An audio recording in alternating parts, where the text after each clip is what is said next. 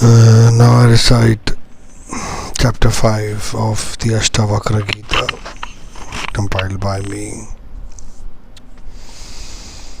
So Janak now responds to Ashtavakra's instruction contained in the previous verses.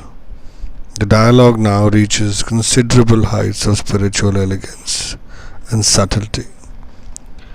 He has listened to the brief but vivid description of the understanding of the man of wisdom given by Ashtavakra, and now proceeds to narrate his own current state of mind, leaving it to the Guru to judge it and guide him further. I became indifferent to and detached from physical action, then small talk, and finally conceptualizing itself, and hence so I abide in my natural state, says Janak, without any attachment to words and sense objects, and as the self is not an object of perception, my mind has been freed from distraction and become one-pointed, and so do I abide in my natural state. Having realized that efforts such as meditation are prescribed only for those whose mind is distracted, I abide in my natural state, says Janak. And having fully realized that deliberately abstaining from action is as much the outcome of ignorance as the volitional action, I abide. Janak describes the gradual transformation that has taken place in the course of the annihilation of what he had been conditioned to believe was his identity. Gone is the identification with the phenomenal object, the psychosomatic apparatus, totally devoid of any substance or autonomy, that was merely an appearance in consciousness, and not an entity at all. Indeed, he has come to realize that all the hard work the seekers put in by following the prescribed techniques and methods are all to no purpose because they continue to cling to the illusion that they themselves are entities with independence to work and achieve something. He has clearly understood that whatever the seekers attempt to do will amount to naught, so long as they consider themselves as doing. It is independent and autonomous entities, no matter how holy and unselfish the doing or the not doing may be, of the universe and everything in it. They have not yet realized that as an intrinsic part of the phenomenal universe, they themselves are so illusory. The individual doer is illusory. Therefore, the doing must necessarily also be in duration, and therefore illusory. In other words, Janak tells his Guru that having apperceived the illusory nature of what he himself appears to be in the phenomenal manifestation, he abides in his natural state. This, of course, is the nominal state from which has arisen the entire manifestation as a dreamed appearance in consciousness.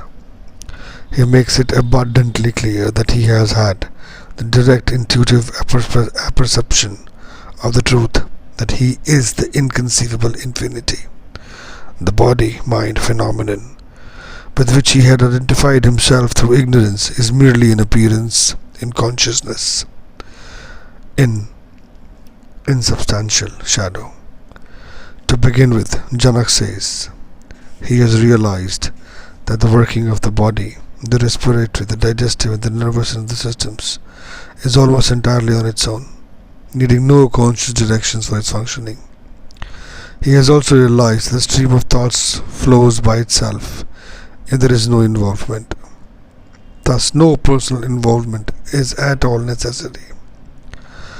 The dialogue between Ashtavakra as the Guru and Janak as a superior disciple is not in the nature of debate between individuals, but a sort of union between consciousness and consciousness, a sort of sharing the state of fulfillment. Without attachment to sound, word, says Janak, he has realized that words with their meanings and implications are all movements in consciousness, mental modifications, which have no repercussions on the self. Therefore, he has transcended the usual psychic reactions to words. Words are merely sounds, and when seen in this light, there is no need to react to anything that is said. And when this is realized, there is no need to flee from society into a forest and become a recluse. Indeed, such a course, escaping from society, is a negative approach with consequences totally opposite to what is expected. The dangers with which living in a society as opposed to confront a seeker are truly a challenge to his understanding. Until there is the conviction in the seeker that all phenomena are merely appearances without any substance, there can be no true understanding as such. And when the seeker begins to see all objects as objects without assuming the subjectivity of the phenomenon, there is no subject-object conflict. This non-objective relationship is true perceiving, leading to awakening. Janak then proceeds to the matter of meditation.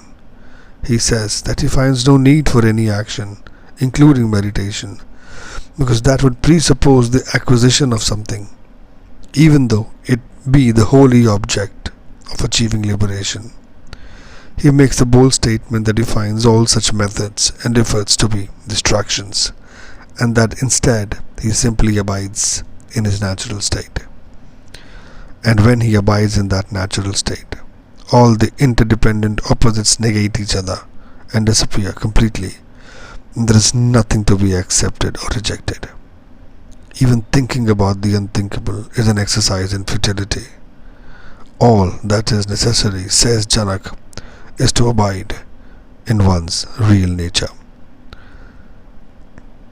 which is you, the Brahma, the ecstasy, the bliss, the infinite, the eternity. Janak concludes this set of 8 verses by exclaiming how truly simple it is to give up all effort and thereby negate the conceptual doer, who is the villain, and then there is nothing to attain, nothing to achieve. One is home. Hence, I conclude the chapter 5 of the Ashtavakra Mahageeta. See you soon, all with chapter 6.